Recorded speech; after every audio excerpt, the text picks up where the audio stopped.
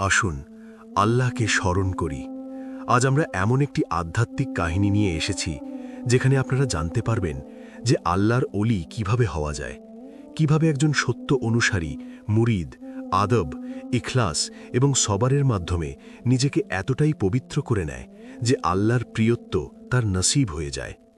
আপনার হৃদয়ে যদি সত্য পথ চায়, আপনার আত্মা যদি আল্লাহর নৈকট্যের জন্য আকুল হয়, তবে এই কাহিনীটি শেষ পর্যন্ত অবশ্যই শুনুন, কারণ এর মধ্যেই লুকিয়ে আছে সেই রহস্য যা আপনার জীবন বদলে দিতে পারে। আল্লাহর প্রিয় বান্দাদের কিভাবে সম্মান করতে হয়, তাদের থেকে কিভাবে ফয়েজ হাসিল করতে হয় এবং নিজেকে কিভাবে এই যোগ্য করে তুলতে হয়, সবকিছুই আপনি এই সফরে পাবেন। তাই মনকে পরিষ্কার করে আর নিয়তকে পবিত্র করে আমাদের সাথে এই আধ্যাত্মিক সফরে চলুন। ভিডিওটি লাইক করুন, শেয়ার করুন এবং এই নাসিহাত অন্যের কাছে পৌঁছে দিন, কারণ হয়তো এতেই আমাদের এবং আপনার মঙ্গল লুকিয়ে আছে। শহরের এমন এক কোণে যেখানে আলো তার পথ ভুলে যেত, সেখানে এক যুবক নিজের যৌবনের জোশে মত্ত হয়ে ঘুরে বেড়াত। তার নাম ছিল ফাইসাল। মাত্র কয়েক বছর আগেও সে মসজিদের চৌখাট থেকেও দূরে ভাগত। না কোনো ইবাদত, না কোনো বুজুর্গের সঙ্গ। দুনিয়ার চাকচিত্য, সম্পদের নেশা আর নিজের বুদ্ধির অহংকারই ছিল তার আসল পরিচয়। ফয়সালের মনে হতো সম্মান কেবল টাকা দিয়েই পাওয়া যায়, আর সাফল্য মানে হল দুনিয়াকে মারিয়ে সামনে এগিয়ে যাওয়া। সে পরিপাটি পোশাক পরত, দামি গাড়িতে ঘুরে বেড়াত এবং সমবয়সী ছেলেদের উপর দাপট দেখাত। তার চোখে স্বপ্ন ছিল, কিন্তু সেই স্বপ্নে না ছিল আত্মার তৃপ্তি, না ছিল মনের শান্তি। এক সন্ধ্যায় যখন সূর্য ডুবে গিয়েছিল এবং বাতাসে এক অদ্ভুত শীতলতা মিশেছিল, ফয়সাল একা এক নির্জন পথে হাঁটছিল, মোবাইলে কান দিয়ে দুনিয়া থেকে বেখবর হয়ে। তখনই তার নজর এক কুচকানো চেহারার বৃদ্ধের উপর পড়ল, যিনি রাস্তার ধারে ছেঁড়া পুরানো পোশাক পরে কোমল হাসির সাথে বসেছিলেন। তার হাতে ছিল একটি সাধারণ কাঠের লাঠি আর চোখে এক অদ্ভুত চমক। ফয়সাল এক পলক তাকিয়ে মনে মনে হাসল। বৃদ্ধ মানুষ হয়তো ভিক্ষা করেন। এরপর কোনো সালাম না দিয়ে, কোনো গুরুত্ব না দিয়ে সে সামনে এগিয়ে গেল। কিন্তু অদ্ভুত ব্যাপার এই ছিল যে হাঁটতে হাঁটতে সে অনুভব করল যেন এক নরম আওয়াজ তার হৃদয়ের ভেতরে প্রতিধ্বনিত হচ্ছে, আদব করা শেখ, না হলে তুই কখনো আসল সাফল্য পাবি না। ফয়সাল মাথা ঝাড়া দিল। সবই মনের ভুল, কিন্তু মনের অস্থিরতা বেড়ে গেল। পায়ে হঠাৎ অলসতা চলে এলো। দুনিয়ার সেই গতি, সেই দ্রুততা সব যেন থমকে গেল। সে পেছন ফিরে তাকাল। বৃদ্ধ সেখানেই বসেছিলেন, হাসি মুখে, যেন তিনি জানতেন যে ফয়সাল তাকেই মনে করেছে। সারা রাত ফয়সাল এপাশ ওপাশ করতে থাকল। মনের ভেতর এক অদ্ভুত আলোড়ন ছিল, যেন কোনো অজানা সত্য দরজায় কড়া নেড়েছে। পরের দিন যখন সে আবার সেই পথ দিয়ে যাচ্ছিল, বৃদ্ধ তখনও সেখানে উপস্থিত ছিলেন। এবার ফয়সালের কদম অজান্তেই থেমে গেল। বৃদ্ধ দৃষ্টি তুললেন এবং খুব আদবের সাথে সালাম দিলেন, আসসালামু আলাইকুম বেটা। ফয়সাল ইতস্তত করল, তারপর মৃদুস্বরে জবাব দিল, ওয়ালাইকুম আসসালাম। বৃদ্ধ হাসি মুখে বললেন, বসবে কিছুক্ষণ। সফর লম্বা, কিন্তু সঠিক পাথেও থাকলে গন্তব্যে পৌঁছতে দেরি হয় না। ফয়সাল নিজেই বুঝতে পারল না সে কেন তার কাছে বসে পড়ল। হয়তো মনের কোনো গহীনে কোনো পুরনো তৃষ্ণা ছিল যা এখন জবাব খুঁজছিল। বৃদ্ধ নরম সুরে জিজ্ঞেস করলেন, বেটা, তুমি খুশি? ফয়সাল মিথ্যা হাসির সাথে বলল, হ্যাঁ, খুব খুশি। টাকাও আছে, খ্যাতিও আছে, জীবনে যা চেয়েছি তাই পেয়েছি। বৃদ্ধ গভীর দৃষ্টিতে তার চোখের দিকে তাকালেন এবং বললেন, মনে শান্তিও কি পেয়েছ? ফয়সাল চমকে গেল। সে জবাব দিতে পারল না, মুখে কুলুপ পড়ল। বৃদ্ধ ধীর গলায় বললেন, সম্পদ দিয়ে ঘর তৈরি হয়, হৃদয় নয়। খ্যাতি দিয়ে নাম উজ্জ্বল হয়, আত্মা নয়। যারা মনে সত্য নয় তারা আসল সম্পদশালী নয়। ফয়সালের কপাল ঘামতে শুরু করল। সে নিজের থেকে পালাত, কিন্তু এখন তাকে নিজের মুখোমুখি হতে হচ্ছিল। বৃদ্ধ তার কাঠের লাঠি দিয়ে মাটিতে একটি বৃত্ত আঁকলেন এবং বললেন, এটি তোমার দুনিয়া। এর ভেতরে যা কিছু আছে তা নশ্বর, কিন্তু এর বাইরে আরও একটি জগৎ আছে, আত্মার জগৎ। সেখানে পৌঁছানোর জন্য আদব প্রয়োজন, আখলাক প্রয়োজন এবং সবকিছুর উপরে একটি সত্য হৃদয় প্রয়োজন। ফয়সাল প্রশ্ন করল, কেমন আদব, কেমন শিক্ষা? বৃদ্ধ হাসলেন, আল্লাহর অলিদের আদব। অলি আল্লাহর এহরাম, সম্মান, যাদের হৃদয়কে আল্লাহ নিজের নূর দিয়ে আলোকিত করেছেন, তাদের কদমে বসাই হল আত্মার শিক্ষা। ফয়সাল অবাক হল। সে তো সবসময় ভাবত যে শুধু বই পড়ে নেওয়া বা দুনিয়া জিতে নেওয়াই হল জ্ঞান। আজ প্রথমবার সে অনুভব করল যে আসল জ্ঞান হৃদয় থেকে আসে, আর বিনয় আর আদব ছাড়া না জ্ঞানপূর্ণ হয় না সম্মান। বৃদ্ধ শেষে শুধু এটুকুই বললেন, যদি চাও তবে এক সফর শুরু করতে পারো, তবে এই পথে চলার জন্য সবার আগে অহংকারের বোঝা নামিয়ে ফেলতে হবে। ফয়সালের মাথা ঝুঁকে গেল। সে অনুভব করছিল যেন তার ভেতর থেকে কোনো পর্দা সরে যাচ্ছে, কোনো আলো ধীরে ধীরে তার হৃদয়ে নামছে। সেদিন ফয়সাল অনেকক্ষণ সেই বৃদ্ধের কাছে বসেছিল। সে না তার নাম জিজ্ঞেস করল, না তার পরিচয়, শুধু মন সাক্ষ্য দিল যে ইনি কোনো সাধারণ মানুষ নন, বরং সেই খাস বান্দাদের একজন যাদের আল্লাহ নিজের করে নেন। রাতে যখন ফয়সাল নিজের বিছানায় শুল, তার চোখে এক অদ্ভুত চমক ছিল। আমি বদলাতে চাই, সে মনে মনে বলল। আমি আসল শান্তি চাই। কিন্তু এই পথ কি সহজ হবে? ফয়সাল কি সত্যিই নিজের অহংকার ত্যাগ করতে পারবে? সে কি সেই আল্লাহর অলিদের আদব বুঝতে পারবে যাদের ছাড়া হৃদয়ের জং পরিষ্কার হয় না? সকালের প্রথম আলো যখন প্রকৃতিতে ছড়িয়ে পড়ল, ফয়সালের হৃদয়ে এক নতুন আশার প্রদীপ জ্বলে উঠল। সে ঘুম থেকে জেগেই এক ফয়সালা করে ফেলেছিল, আমি আবার সেই বুজুর্গের কাছে যাব এবং যা শেখার আছে তা আদবের সাথে শিখব। গোসল করল, অজু করল, সাদা কুর্তা পরল এবং প্রথমবারের মতো মনে এক অদ্ভুত শিষ্টাচার অনুভব করতে করতে রাস্তার দিকে বেরিয়ে পড়ল। তার হাঁটা চলায় এখন সেই অহংকার ছিল না, যা কাল পর্যন্ত প্রতিটি কদমে লেগে থাকত। সেই একই রাস্তা, একই মোড়, একই নির্জনতা এবং সেই একই বুজুর্গ যেন অপেক্ষাই করছিলেন। ফয়সাল দূর থেকেই আদবের সাথে সালাম দিল, আসসালামু আলাইকুম বাবাজান। বুজুর্গের চোখে এক চমক খেলে গেল। তিনি জবাব দিলেন, ওয়ালাইকুম আসসালাম বেটা, আজ তোর কণ্ঠের সুর বদলে গিয়েছে। ফয়সাল ইতস্তত করে বসে পড়ল। হৃদয়ের গভীর থেকে আসা প্রশ্নটি তার মুখে ছিল, বাবা, আমাকে সত্য হওয়ার পথ শিখিয়ে দিন। বুজুর্গ আকাশের দিকে তাকালেন, যেন কোনো নুরানি রহমতকে দোয়ায় ডাকছেন। তারপর হাসলেন এবং বললেন, বেটা, এই পথের প্রথম সিঁড়ি হল আদব। যতক্ষণ আদব হৃদয়ে নামবে ততক্ষণ শিক্ষা এক বোঝা হয়ে থাকে, আর ইবাদত হয়ে যায় নিছক প্রথা। ফয়সাল ধীরভাবে মাথা নিচু করে নিল। মনের অনুভূতি তাকে সাক্ষ্য দিচ্ছিল যে সে সঠিক পথে প্রথম কদম রেখে ফেলেছে। বুজুর্গ বলতে শুরু করলেন, আল্লাহর অলি তারাই হন যাদের আল্লাহ নিজের পরিচয় দিয়ে ধন্য করেন।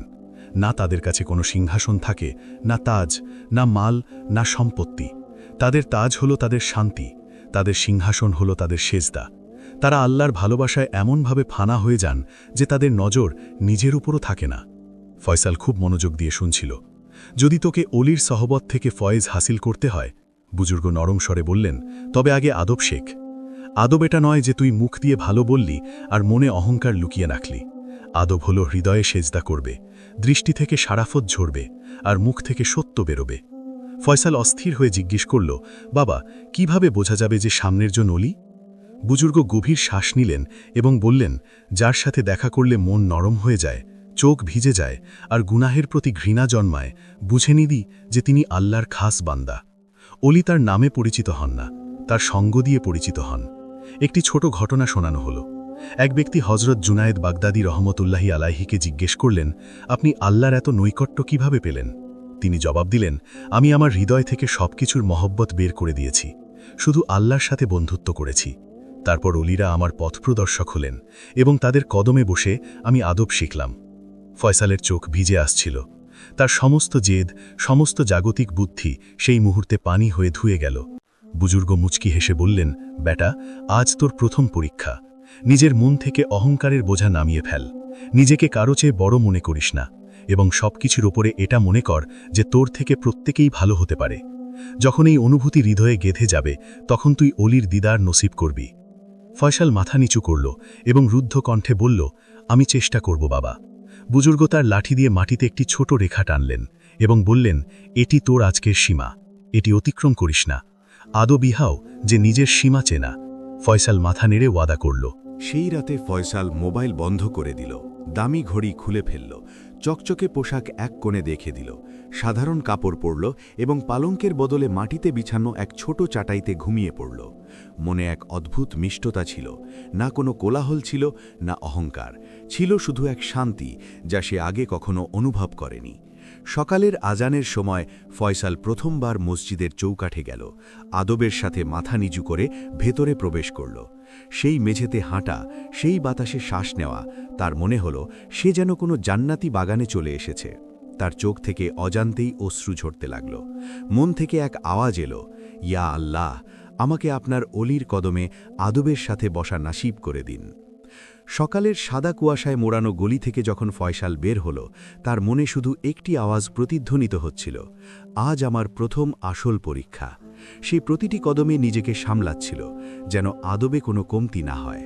আজকের সূর্য যেন বিশেষভাবে তার জন্যই উদিত হয়েছিল, না খুব তীব্র, না খুব মৃদু, শুধু নরম আলো চারিদিকে ছড়িয়েছিল।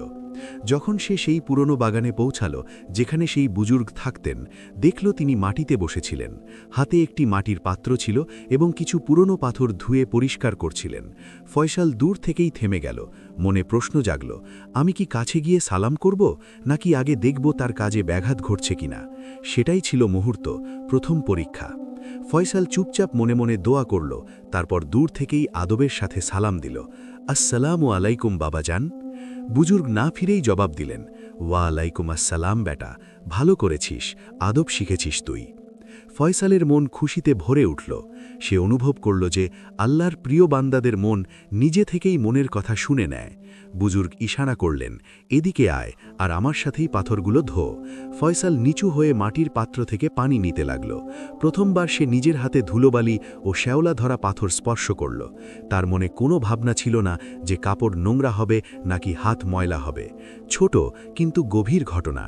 যখন সে প্রথম পাথরটি ধুচ্ছিল, বুজুর্গ বললেন, বেটা দেখ, এই পাথর নিজের ওপরের ময়লা নিজে সরাতে পারে না, অন্য কেউ এটাকে পরিষ্কার করে। ঠিক তেমনি মানুষের হৃদয় হয়।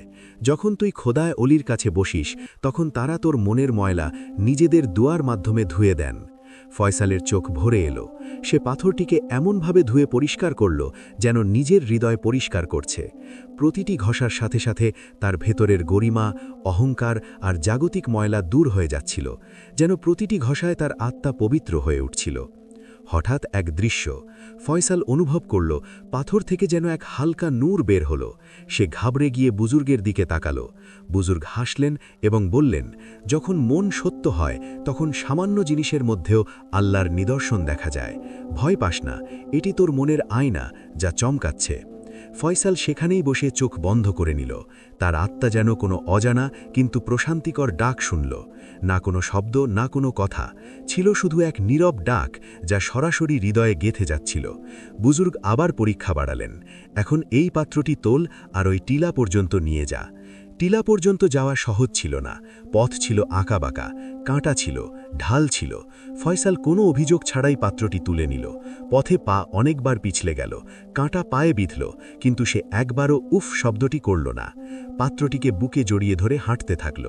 টিলায় পৌঁছাতেই দেখল বুজুর্গ আগে থেকেই সেখানে উপস্থিত। ফয়সাল অবাক হয়ে গেল, আমি তো সোজা পথ ছেড়ে এসেছি, আর বাবা আগে থেকেই এখানে। বুজুর্গ তার বিস্ময় দেখলেন, তারপর এক গভীর কথা বললেন, বেটা, যে আল্লাহর পথে চলে তার জন্য রাস্তাও নরম হয়ে যায় আর দূরত্বও ঘুচে যায়।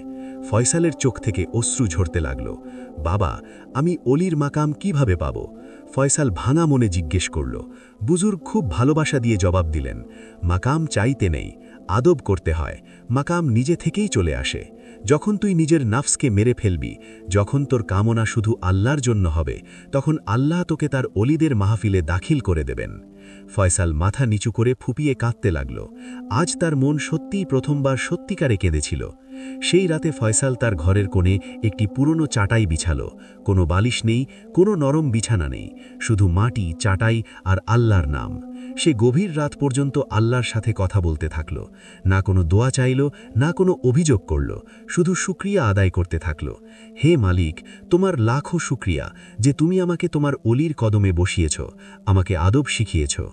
ধীরে ধীরে তার চোখ লেগে গেল এবং স্বপ্নে সে এক আলোয় ভরা মাহফিল দেখল, যেখানে নুরানি চেহারার সব মানুষ ছিলেন, যাদের চোখ থেকে ভালোবাসা আর ঠোঁট থেকে জিকিরের সুবাস ছড়িয়ে পড়ছিল। সকালের আলো ফুটতেই ফয়সালের চোখ খুলে গেল। সেটি কোনো সাধারণ সকাল ছিল না। আজ তার মন হালকা ছিল, যেন কোনো বিশাল বোঝা নেমে গিয়েছে। ঠোঁটে অনায়াসেই চলে এলো আলহামদুলিল্লাহ। সে দ্রুত অজু করে বাইরে বেরিয়ে এলো। বাগানের সেই পুরনো গাছের নিচে সে বাবাজানকে বসে থাকতে দেখল। কপালে সেই প্রশান্ত নূর আর হাতে তাসবিহের মৃদু ঝংকার। বুজুর্গ হাসি মুখে বললেন, আজ তোর আধ্যাত্মিক সফর আসলে শুরু হবে, কিন্তু মনে রাখিস মন থেকে গুনাহের খেয়ালও মুছে ফেলতে হবে। ফয়সাল মাথা নিচু করল। সে বুঝছিল পথ সহজ ছিল না। তারপর বাবা এক হুকুম দিলেন, যা ওই পুরনো কুয়োতে যা এবং সেখান থেকে পানি নিয়ে আয়, কিন্তু মনে রাখিস কুয়োর কাছে তোর পরীক্ষা হবে। ফয়সাল মন শক্ত করে রওনা হল। কুয়োর কাছের ঘটনা। সে যখন সেখানে পৌঁছল, দেখল কুয়োর মুখে এক জীর্ণ শীর্ণ বৃদ্ধা মহিলা বসে আছেন, চেহারায় দারিদ্র্য আর ক্ষুধার ছাপ। মহিলাটি কাতর কণ্ঠে বললেন, বেটা, খুব তৃষ্ণা পেয়েছে, আমাকে একটু পানি দাও। ফয়সালের কাছে দুটি পথ ছিল, হয় সে তার দায়িত্ব পালন করবে, অর্থাৎ আগে পানি বাবার জন্য নিয়ে যাবে, অথবা এই বৃদ্ধা মহিলাকে পানি পান করিয়ে দেরিতে পৌঁছাবে। তার বুক কেঁপে উঠল। এটি একটি পরীক্ষা ছিল। এক মুহূর্ত সময় নষ্ট না করে ফয়সাল পাত্র ভরে মহিলাটিকে দিলেন। মহিলাটি কাঁপা কাঁপা হাতে পানি পান করলেন, যেন প্রতিটি ধকের সাথে দোয়া দিয়ে যাচ্ছিলেন। তারপর এক অলৌকিক দৃশ্য হল। যেই মহিলাটি পানি পান করে দোয়া দিলেন, ফয়সাল দেখল সেই বৃদ্ধার চেহারা হঠাৎ এক উজ্জ্বল নুরানি চেহারায় বদলে গেল। চোখ থেকে জ্যোতি বের হচ্ছিল, আর তারপর তিনি গায়েব হয়ে গেলেন, যেন বাতাসে মিশে গেলেন। ফয়সাল হতভম্ব হয়ে গেল। তার মনে এক হালকা আওয়াজ প্রতিধ্বনিত হল, যখন তুই বান্দাদের সেবা করিস, তখন খোদা নিজে তোর সামনে নিজের করম প্রকাশ করেন। সে কাঁপতে কাঁপতে বাবার কাছে ফিরে এলো। বাবা হাসি মুখে জিজ্ঞেস করলেন, দেরি কেন হলো বেটা? ফয়সাল সত্যের সাথে পুরো ঘটনা বর্ণনা করল। বুজুর্গের চোখে জ্যোতি চলে এলো। তিনি ফয়সালের মাথায় হাত রেখে বললেন, তোর প্রথম দরজা খুলে গিয়েছে। আল্লাহ তোকে বান্দাদের সেবার মাধ্যমে নিজের পথ দেখিয়ে দিয়েছেন। এটাই অলির প্রথম কদম, নিজের জন্য নয়, অন্যের জন্য বাঁচা। ফয়সালের চোখ ভরে এলো। সে অনুভব করল যেন আজ তার হৃদয় প্রথমবারের মতো সত্যি আল্লাহর নূরে ভরে গিয়েছে। তারপর বাবা এক গভীর কথা বললেন, বেটা, মনে রাখিস, যে অলি হয় সে প্রতিটি ক্ষুধার্তকে খাবার দেয়, প্রতিটি তৃষ্ণার্তকে পানি দেয়, প্রতিটি শোকাতকে সান্ত্বনা দেয়। তারপর হোক সে নিজে কিছু পেল কি পেল না, তার লক্ষ্য খোদার সন্তুষ্টি, নিজের খুশি নয়। ফয়সাল মনে মনে ওয়াদা করে নিল, এখন আমার জীবন শুধু সেবা আর ইবাদতের জন্য হবে। সেই রাতে ফয়সালকে আরেকটি আধ্যাত্মিক স্বপ্ন দেখানো হলো। সে একটি আলোয় ভরা ময়দানে ছিল, যেখানে শত শত আধ্যাত্মিক সত্তা ছিলেন। সদ্দার হাতে গোলাপ ছিল, আর সবাই জিকির করছিলেন, সুবহান আল্লাহ, আলহামদুলিল্লাহ, আল্লাহু আকবার।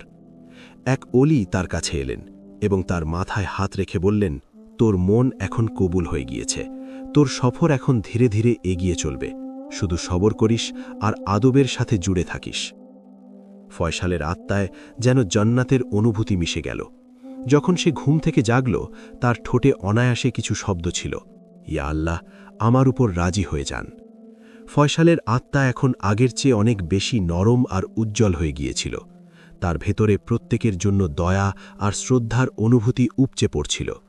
প্রতিটি জিনিসে সে এখন খোদার নিদর্শন দেখতে পেত, গাছের পাতায়, বাতাসের দোলায়, পাখির কলকাকলিতে, এমনকি বালুকণাতেও। একদিন বাবাজান ফয়সালকে ডাকলেন। বাতাসে এক অদ্ভুত পবিত্রতা ছিল। ফয়সাল আদবের সাথে হাত জোড় করে হাজিরা দিল।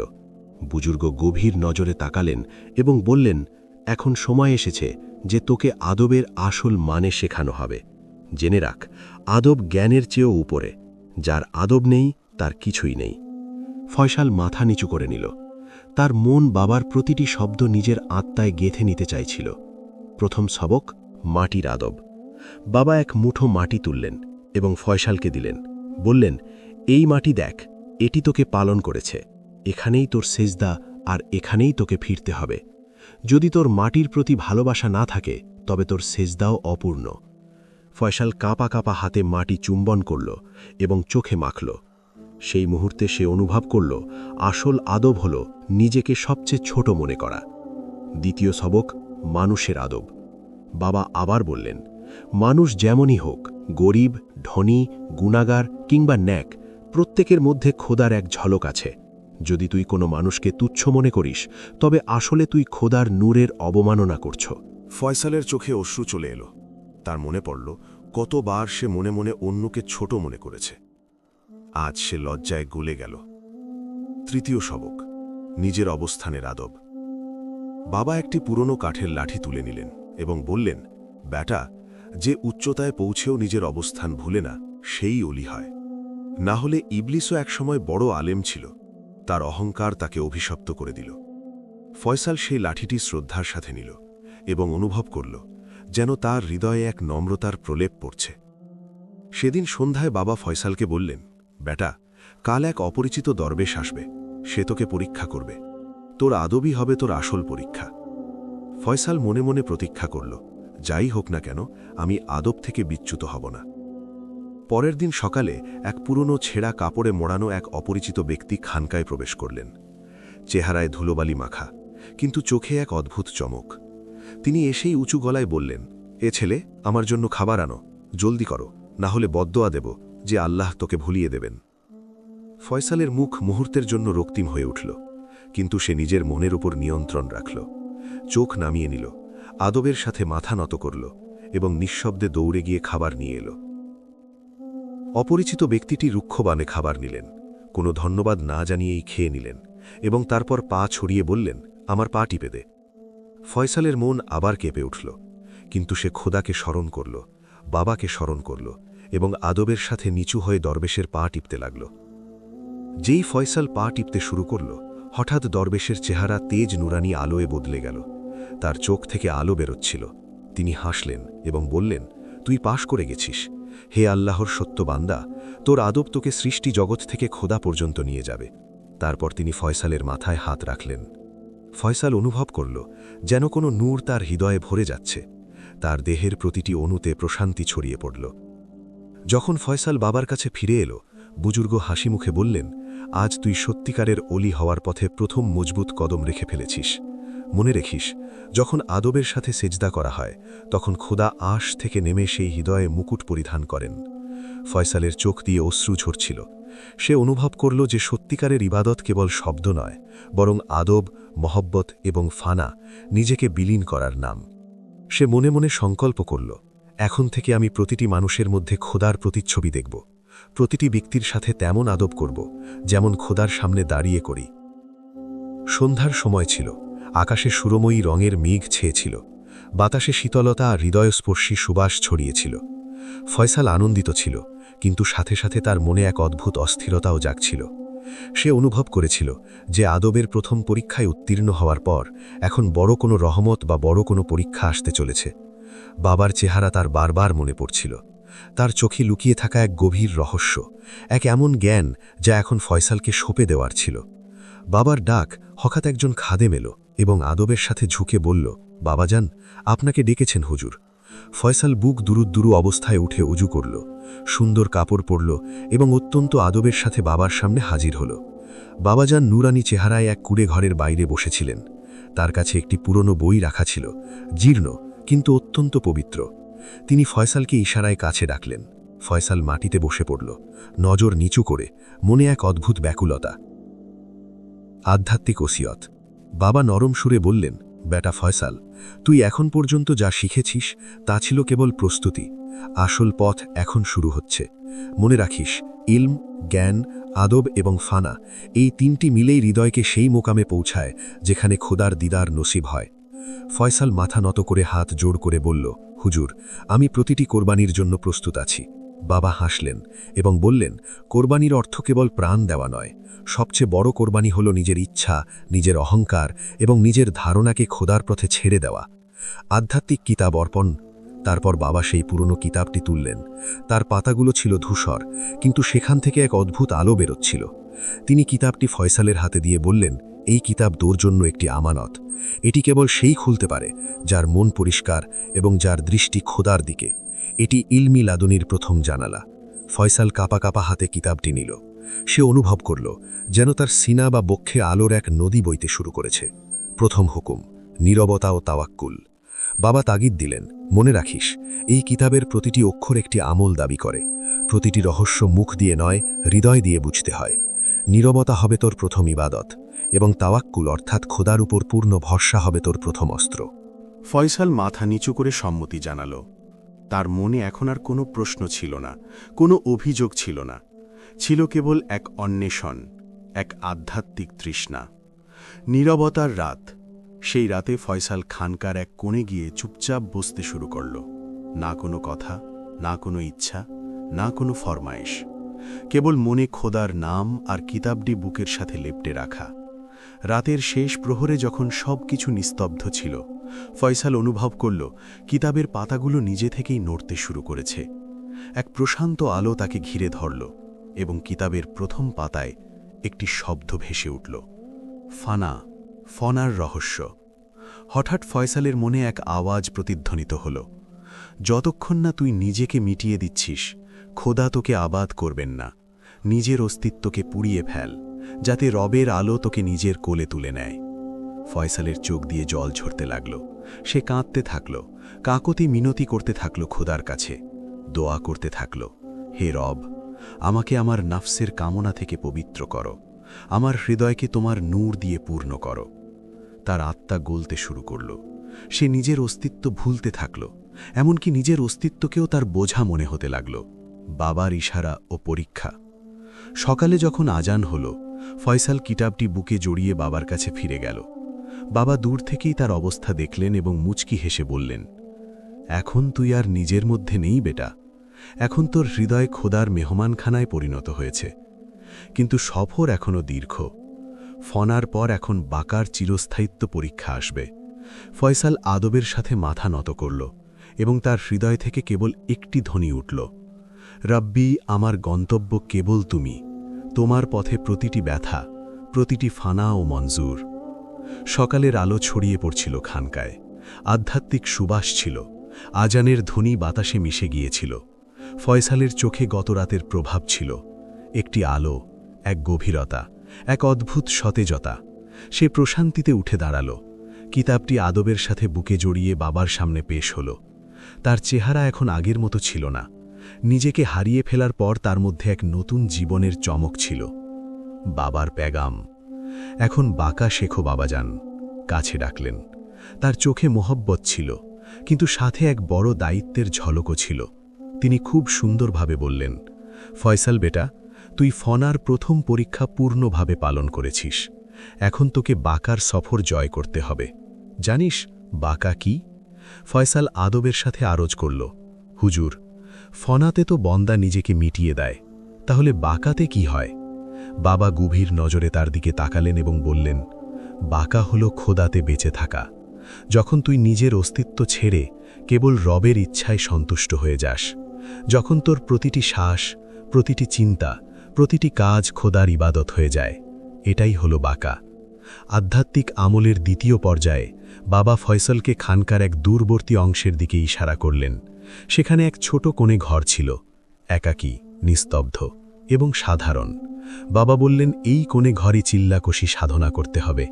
40 রাত কেবল খোদার নাম তোর মুখে থাকবে, না কোনো কথা, না কোনো ইচ্ছা, না কোনো অভিযোগ, কেবল একটি শব্দ, আল্লাহ। শুধু তাকে ডাকতে হবে। ফয়সাল মাথা নত করল। সে জানত সফর এখন আসল অর্থে শুরু হচ্ছে। চিল্লা শুরু। সে কোণে ঘরে ঢুকে দরজা বন্ধ করে নিল।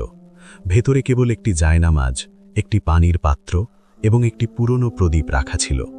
প্রদীপের মৃদু আলোয় ফয়সাল সেজদা করল এবং হৃদয় থেকে সত্য শব্দে দোয়া চাইল, হে রব, তুমিই আমার মকসুদ, আমার জীবনও তোমার, আমার মৃত্যুও তোমার, আমাকে তোমার নূর দিয়ে জীবিত করো। তারপর সে বসে পড়ল, চোখ বন্ধ করে হৃদয় খুলে কেবল আল্লাহ আল্লাহ বলতে থাকল। শয়তানের কুমন্ত্রণা। চিল্লা শুরু হতেই প্রথম দিনেই ফয়সালের মনে অদ্ভুত সব চিন্তা আসতে লাগল। কখনো ক্ষুধার তীব্রতা, কখনো ঘুমের প্রভাব, কখনো পুরনো গুনাহের স্মৃতি। এক অদ্ভুত টানাপড়েন শুরু হয়েছিল, যেন শয়তান তার সংকল্প টলাতে চেষ্টা করছিল। কিন্তু ফয়সাল সবর করল। সে প্রতিটি কুমন্ত্রণাকে আল্লাহর ডাক দিয়ে দাবিয়ে দিল।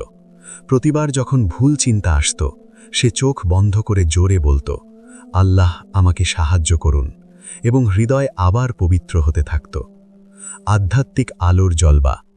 তৃতীয় রাতে যখন সে নাম জপতে জপতে ক্লান্ত হয়ে চুপ হয়ে গেল, হঠাৎ কোণে ঘরের ভেতরে এক অদ্ভুত আলো ছড়িয়ে পড়ল। না, সেটা সেই প্রদীপ ছিল না বা বাইরের আলো। এই আলোর হৃদয় থেকে বিচ্ছরিত হচ্ছিল, আত্মা থেকে উপচে পড়ছিল। ফয়সাল চোখ খুলে দেখল পুরো কোণে ঘর নুরানি হয়ে গিয়েছে। সে অনুভব করল যে সে এখন খোদার ইচ্ছায় বিলীন হতে যাচ্ছে। তার শব্দ থমে গিয়েছিল, এখন কেবল হৃদয় স্পন্দিত হচ্ছিল, এবং প্রতিটি স্পন্দন খোদার নাম ডাকছিল। বাবার প্রথম ইশারা। সেই আলোতে এক প্রশান্ত আওয়াজ এলো, এখন তুই কেবল তুই থাকিসনি, তোর পরিচয় এখন আমার পরিচয়, তোর চাওয়া এখন আমার ইচ্ছা। ফয়সালের অস্তিত্ব কেঁপে উঠল, অশ্রু তার চোখ দিয়ে বয়ে গেল। সে সিজদায় পড়ে গেল এবং কেবল এটাই বলতে থাকল, হে রব, আমার অস্তিত্বের উপরেও তোমার হুকুম চলুক। বাবার দিদার ও সুসংবাদ। যখন চিল্লার 40তম দিন পূর্ণ হল, ফয়সাল বাইরে বেরোল। তার চেহারা নুরানি হয়ে গিয়েছিল, যেন হৃদয়ের আয়না একেবারে পরিষ্কার হয়ে গিয়েছে। বাবাজান হাসি মুখে তার দিকে এলেন এবং বললেন, এখন তোর হৃদয় সেই নদী হয়ে গিয়েছে যেখানে খোদার নূর প্রবাহিত হচ্ছে। এখন তোকে দুনিয়াকে আলো দিতে হবে। তিনি ফয়সালের মাথায় হাত রাখলেন। এক অদ্ভুত উষ্ণতা তার সারা শরীরে ছড়িয়ে পড়ল। আধ্যাত্মিক সুসংবাদের প্রভাব, নতুন দায়িত্ব। বাবা তাকে শেষ ওসিয়ত দিলেন, এখন তোকে মানুষের মধ্যে থেকে আল্লাহর প্যাগম ছড়াতে হবে, কিন্তু মনে রাখিস, যে নিজের নফসকে মারতে পারে না, সে অন্যের পথ প্রদর্শক হতে পারে না। সব সময় আদব স্বভাব এবং মহব্বতের সাথে ব্যবহার করবি, যাতে তোর প্রতিটি শব্দ, প্রতিটি কাজ খোদার আয়না হয়ে যায়। ফয়সাল আদবের সাথে বাবার হাত চুম্বন করল। তার চোখে এখন না কোনো গুরিমা ছিল, না কোনো প্রশ্ন, ছিল কেবল এক সীমাহীন মহব্বত নিজের রবের জন্য। এখন ফয়সাল খানকার সীমানার বাইরে বেরিয়ে এসেছিল। তার চেহারা নুরানি ছিল, চালচলনে আধ্যাত্মিক গাম্ভীর্য ছিল, এবং হৃদয়ে কেবল একটিই কথা ছিল, আমি কিছু নই, সব কিছু তিনি। সে এখন নিজের জন্য বাঁচত না, না নিজের চাওয়ার পেছনে দৌড়াত। তার উদ্দেশ্য ছিল কেবল একটি, মানুষকে আল্লাহর মহব্বতের সাথে পরিচয় করিয়ে দেওয়া। গরিব বস্তিতে প্রথম সাক্ষাৎ। ফয়সাল সবার আগে এক গরিব বস্তিতে পৌঁছল, যেখানে শিশুরা ক্ষুধার্ত ছিল এবং মানুষ হতাশ, চেহারা বিষণ্ণ, হৃদয়ে আশার আলো নিভে যাচ্ছিল। ফয়সাল সেখানে পৌঁছে না কোনো বক্তৃতা দিল, না কোনো দীর্ঘ বয়ান দিল, কেবল সাধারণত্ব নিয়ে হাসল এবং ছোট ছোট শিশুদের মাথায় হাত বুলাল। তাদের ছেঁড়া কাপড়, ময়লা হাত দেখে ফয়সালের ঘৃণা হল না, বরং এক অদ্ভুত মহব্বত তার হৃদয় থেকে উপচে পড়ল। তারপর সে সবার জন্য খাবার আনালো, নিজে ক্ষুধার্ত থাকল, কিন্তু শিশুদের আগে খাওয়ালো। আর যখন সবাই খাওয়া শেষ করল, তখন ফয়সাল মাথা তুলে কেবল এটুকুই বলল, এসব কিছু আমার নয়, সেই রবের, যিনি তোমাদেরও সৃষ্টি করেছেন এবং আমাকেও। তার কাছেই চাও, তার ওপরই আশা রাখো। মানুষের চোখ দিয়ে জল পড়তে লাগল। তারা সবাই ফয়সালের পা ছুঁতে চাইল, কিন্তু ফয়সাল নিচু হয়ে তাদের জড়িয়ে ধরল। খোদার কোনো বান্দাকে সিজদা নয়, কেবল রব্বুল আলামিনের ইবাদত করো। ফয়সাল নরম সুলে বোঝাল, আদব ও ইক্খালাসের সবক। প্রতিটি জায়গায় যেখানে ফয়সাল গেল, সে সবার আগে আদব ও ইক্খালাসের শিক্ষা দিল। সে বলত, আদবের চেয়ে বড় কোনো জ্ঞান নেই। যদি তুই আল্লাহর বান্দাদের অপমান করিস, তবে তুই আল্লাহর প্রিয় কখনো হতে পারবি না। ইক্খালাসের চেয়ে বড় কোনো কাজ নেই। যদি তোর মনে খোদার জন্য সত্যিকারের মহব্বত থাকে, তবে তোর প্রতিটি শব্দ, প্রতিটি কাজ ইবাদত হয়ে যাবে। মানুষ যারা যারা জ্ঞানের অহংকারে মগ্ন ছিল, যারা নিজেদের ইবাদতের উপর গর্ব করত, তারা ফয়সালের সাধারণত্ব এবং হৃদয় থেকে আসা শব্দ শুনে কাঁদতে লাগল। আদবযোগ্য মুহূর্ত। একদিন এক যুবক ফয়সালের কাছে এলো, খুব রাগান্বিত হয়ে, খুব অহংকারের সাথে। সে উঁচু গলায় প্রশ্ন করল, যদি তুই অলি হস, তবে কোনো কারামত, অলৌকিকতা দেখা। ফয়সাল হাসি মুখে তার দিকে তাকাল, না রাগ করল, না টিটকারি মারল, কেবল ভালোবেসে বলল, কারামত এটাই যে তোর মতো সন্ধিয়ান মানুষও আমার কাছে প্রশ্ন করতে এসেছে। তোর হৃদয় এখনও জীবিত আছে, তুই সত্যকে খুঁজছিস। এর চেয়ে বড় কারামত আর কি হবে? সেই যুবক সেখানেই মাটিতে পড়ে গেল। তার চোখ থেকে অশ্রুর সমুদ্র বয়ে গেল। সে ফয়সালের পা জড়িয়ে ধরল এবং বলল, আমাকে আপনার মতো বানিয়ে দিন। ফয়সাল তার মাথায় হাত বোলাল এবং বলল, নিজেকে মিটিয়ে দে, খোদা নিজে তোকে উঁচু করবেন। ফয়সালের লক্ষ্য, হৃদয় থেকে হৃদয়ের সফর। ফয়সাল কখনো বড় মাহফিল সাজায়নি, না নিজের নামের শোরগোল করেছিল। সে চুপচাপ হৃদয়ে প্রবেশ করতে থাকল। যেখানেই যেত, মানুষ তার কাছে এসে নিজে নিজেই বদলে যেত। কেউ মদ ছেড়ে দিত, কেউ জিনা থেকে তওবা করে নিত, কেউ গরিবের সেবায় লেগে যেত, কেউ আল্লাহর পথ ধরে নিত। সবচেয়ে অদ্ভুত ব্যাপার ছিল যে ফয়সাল কেবল শুনত, খুব কম কথা বলত, কিন্তু তার শোনায় মানুষের ক্ষতে মলম হয়ে যেত। বুজুর্গদের আদব এবং আল্লাহর বলিদের ইজ্জত করা। ফয়সাল প্রতিটি বুজুর্গের খেদমত করত, তিনি যতই ফকির বা নিঃস্ব হন না কেন। একবার একজন অন্ধ ফকির রাস্তায় পড়ে গেলেন। মানুষ তাকে উপেক্ষা করে সামনে এগিয়ে যাচ্ছিল। ফয়সাল দৌড়ে পৌঁছল, তাকে কাঁধে তুলে নিল, তার পায়ের ধুলো নিজের হাত দিয়ে পরিষ্কার করল। যখন মানুষ অবাক হয়ে দেখতে লাগল, ফয়সাল কেবল এইটুকুই বলল, যাকে তোমরা মাটি মনে করো, হয়তো তারই ভেতরে রবের নূর লুকিয়ে আছে। আদব দিয়ে দেখো, প্রতিটি ব্যক্তি খোদার ছবি। আল্লাহর সত্য বলি হয়ে যাওয়া। সময় কাটতে থাকল।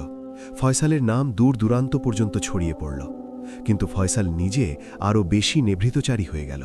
সে কখনো নিজেকে পীর, অলি বা শেখ বলে ডাকেনি। সে নিজেকে কেবল আল্লাহর এক বান্দা বলত।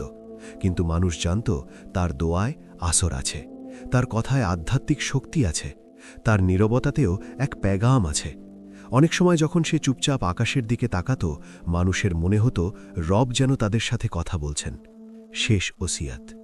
একদিন যখন ফয়সাল খুব অসুস্থ হল, সে তার সাগরের শিষ্যদের কাছে ডাকল এবং বলল, আমার প্রিয় বন্ধুরা, মনে রেখো, ওলি হওয়া উদ্দেশ্য নয়, বরং ওলির মতো বেঁচে থাকা উদ্দেশ্য। আল্লাহর ওলি তারাই যারা অন্যের মহব্বতের মাধ্যমে নিজের রব পর্যন্ত পৌঁছায়। প্রতিটি গরিব, প্রতিটি গুনাহগার, প্রতিটি পথভ্রষ্ট মানুষ তোমাদের জন্য রহমতের মাধ্যম। তাদের ভালোবাসো, তাদের সাহায্য করো, কারণ তারাই তোমাদের খোদার কাছে নিয়ে যাবে। আর তারপর মৃদু হাসির সাথে সে চোখ বন্ধ করল, যেন আত্মা খোদার হুকুমে উড়ে গেল। এক কাহিনী যা কখনো মরে না। আজও যেখানে কোনো হৃদয় ভেঙে যায়, যেখানে কেউ সত্য মনে আল্লাহকে ডাকে, সেখানে ফয়সালের মতো আল্লাহর ওলিদের দোয়ার আসর অবশ্যই পৌঁছায়। কারণ আল্লাহর ওলিলা না নিজের অস্তিত্বের জন্য বাঁচে, না নিজের মৃত্যুতে শেষ হয়ে যায়। তাদের দোয়া বাতাসে, তাদের মহব্বত হৃদয়ে এবং তাদের আদব মাটিতে সব সময় জীবিত থাকে। আল্লাহর ওয়ালিরা আল্লাহর রাজদার হন। তাদের প্রতিটি রক্তবিন্দুতে রবের সন্তুষ্টি থাকে। যতক্ষণ ফয়সাল নিজের আধ্যাত্মিক গন্তব্যের সন্ধানে ছিলেন, মানুষ তাকে কেবল ফয়সাল বলে ডাকত, এক সাধারণ মানুষের মতো, এক অন্বেষণকারীর মতো। কিন্তু যখন ফয়সাল নিজের হৃদয়কে পবিত্র করে নিলেন, আল্লাহর ইবাদতে নিজেকে ফানা করে দিলেন এবং আল্লাহ তাকে নিজের বায়ালাত, বন্ধুত্ব দিয়ে ধন্য করলেন, তখন তার পরিচয়ও বদলে গেল। এখন মানুষ আদবের সাথে, মহব্বতের সাথে, ইজ্জতের সাথে তাকে ফয়সাল রহমতুল্লাহি আলাইহি বলতে লাগল। প্রতিটি মুখে এখন ইজ্জত ছিল, প্রতিটি হৃদয়ে মহব্বত ছিল। ফয়সাল এখন কেবল একটি নাম ছিল না, বরং আল্লাহর রহমতের চলন্ত এক নিদর্শন হয়ে গিয়েছিলেন।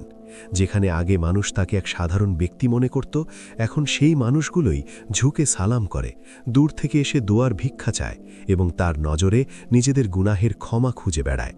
তার নাম শুনলেই মানুষের হৃদয়ে অদ্ভুত প্রশান্তি নেমে আসত, যেমন কোনো ঠান্ডা বাতাসের ঢেউ হৃদয়ে পৌঁছায়। ফয়সাল রহমতুল্লাহি আলাইহি এখন এই নাম নিজেই এক দাওয়াত ছিল, এক ইশারা ছিল সেই আধ্যাত্মিক মোকামের দিকে যা আল্লাহ কেবল তার খাস বান্দাদের দান করেন। আল্লাহর ওলি কারা? তারাই যাদের দুনিয়া চেনে না, কিন্তু আকাশের ফেরেশতারা তাদের খেদমতে ঝুঁকে থাকেন। তারাই যাদের মুখে দুনিয়ার কথা নেই, বরং প্রতিটি শব্দ আল্লাহর জিকির হয়। তারাই যাদের রাতগুলো সেজদায় ভেজা থাকে এবং দিনগুলো মানবতার সেবায় কাটে। আল্লাহর ওলি তারাই যাদের নামের আকাঙ্ক্ষা থাকে না, খ্যাতির লোভ তাদের উদ্দেশ্য কেবল একটি, আল্লাহর সন্তুষ্টি। তাদের হৃদয় ইখলাসে ভরপুর, তাদের দৃষ্টি মমতায় পরিপূর্ণ এবং তাদের উপস্থিতিতে আত্মা শান্তি পায়। তারা নিজে থেকে নয়, বরং আল্লাহর নূরে চমকান। আল্লাহর ওলিরা তোমাকে নাসিহত দিলেও তাদের শব্দ নয়, বরং তাদের আখলাক তোমার হৃদয়ে প্রভাব ফেলবে। তাদের কাছে বসলে ইবাদতের শখ জেগে ওঠে, তাদের সাথে দেখা করলে গুনাহের প্রতি ঘৃণা জন্মায়। তাদের নজরে শক্তি এবং আত্মা পর্যন্ত আল্লাহর নূর অনুভব করা যায়। এরাই আল্লাহর ওলি। তাদের আদব করা, তাদের মাহফিলে হাজিরা দেওয়া, তাদের দিয়ে দোয়া করানো, এ সবই আল্লাহর কাছে যাওয়ার মাধ্যম। কারণ মনে রেখো, আল্লাহর ওলিদের মহব্বত করা মানে স্বয়ং আল্লাহকে মহব্বত করা। তাই যদি তুমি কখনো কোনো আল্লাহর ওলিকে পাও, তবে তার কদর করো, তার নজর থেকে সম্পদ কুড়িয়ে নাও। কারণ আল্লাহর ওলিদের নজর থেকে যা পাওয়া যায় তা দুনিয়ার কোনো সম্পদ দিয়ে মেলে না। মনে রেখো, প্রত্যেকে নিজেকে আল্লাহর ওলি বলতে পারে না, আর না প্রত্যেকে যারা পোশাক পরে নেয় বা তসবিহ হাতে নেয় তারা অলি হয়ে যায়। আসল আল্লাহর অলিদের পরিচয় কি? তারাই যাদের দেখলে হৃদয় নিজে নিজেই ঝুঁকে যায়, যাদের চেহারা থেকে আলো ঝরে পড়ে, যাদের আখলাক থেকে তোমার আল্লাহর কথা মনে পড়ে যায়, যাদের কথা তোমার গুনাহের ওপর অনুশোচনা তৈরি করে, যাদের মাহফিলে বসলেই চোখ দিয়ে অশ্রু ঝরতে থাকে এবং হৃদয় বলে ওঠে, হে আল্লাহ, আমাদের তোমার ও অলিদের মধ্যে সামিল করে নাও। আসল অলির নিশানি হল সে নিজেকে লুকিয়ে রাখে, লোক দেখানো কাজ করে না। সে তার মহব্বত আল্লাহর সাথে করে, দুনিয়ার সাথে নয়। সে দুনিয়ার খ্যাতিতে নয়, বরং রবের কুদরতে খুশি হয়। কিন্তু আফসোস, আজকের দিনে অনেক জাল পীর, নকল ফকিরও ঘুরে বেড়াচ্ছে, যারা মানুষকে ধোঁকা দেয়, নিজের নামের পূজা করায় এবং নিজেকে আল্লাহর অলি দেখানোর জন্য দিনের মুখোশ পরে। এমন জাল পীরদের থেকে বাঁচো, কারণ আসল অলির কথায় আসর থাকে, তার আখুয়াকে আলো থাকে, তার সেজদাগুলো সাক্ষী থাকে এবং তার মনোযোগ কেবল আল্লাহর উপর থাকে, দুনিয়ার ভিড়ের উপর নয়। জাল পীর থেকে বাঁচা ইমানের হেফাজত এবং আসল অলিকে চেনা ইমানের বিজয়। যদি তুমিও চাও যে তোমাকে আসল আল্লাহর অলিদের সাথে মিলিয়ে দাও এবং জাল পীরদের ফেরেব বা ধোঁকা থেকে রক্ষা করো, তবে দোয়া করো, হে আল্লাহ, আমাদের তোমার সত্য অলিদের সাথে মিলিয়ে দাও এবং জাল পীরদের ফেরেব থেকে রক্ষা করো। আমার প্রিয় আজিজ বন্ধুরা, আজ আপনারা শুনলেন কিভাবে একজন মানুষ নিজের মেহনত, আদব এবং সত্য মহব্বত দিয়ে আল্লাহর অলি হতে পারেন, কিভাবে আল্লাহর অলিদের আদব ও ইজ্জাত করা খোদার রহমতকে নিজের জীবনে টেনে আনে এবং কিভাবে একজন মুরিদ নিজেকে পবিত্র করে আল্লাহ পর্যন্ত পৌঁছাতে পারেন। মনে রাখবেন, আল্লাহর পথ সহজ নয়, কিন্তু অসম্ভব নয়। যে হৃদয়ে সত্য অন্বেষণ থাকে, আল্লাহ নিজেই তাকে নিজের পথ দেখিয়ে দেন। কেবল প্রয়োজন সাবারের, ইখলাসের এবং সত্য তলব ও কামেল মুর্শিদের। যদি আজকের এই কথাগুলো আপনার হৃদয় স্পর্শ করে থাকে, যদি আপনার মনে হয় এই নাসিহত আপনার জন্যও ছিল, তবে এই ভিডিওটি লাইক করুন, শেয়ার করুন এবং আপনার বন্ধুদের ও প্রিয়জনদের কাছে পৌঁছে দিন। হয়তো কারো জীবন বদলে যাবে। আর এই ধরনের আরও আধ্যাত্মিক কথা, ইসলামী কাহিনী এবং সত্য জ্ঞানের জন্য আমাদের চ্যানেলটিকে সাবস্ক্রাইব করতে ভুলবেন না, কারণ আমাদের উদ্দেশ্য হল হৃদয়গুলোকে জোড়া দেওয়া, আত্মাকে জাগানো এবং আল্লাহর পথ দেখানো। দেখা হবে আগামী সফরে, ইনশাআল্লাহ। আসসালামু আলাইকুম ওয়া রাহমাতুল্লাহি ওয়া বারাকাতুহু।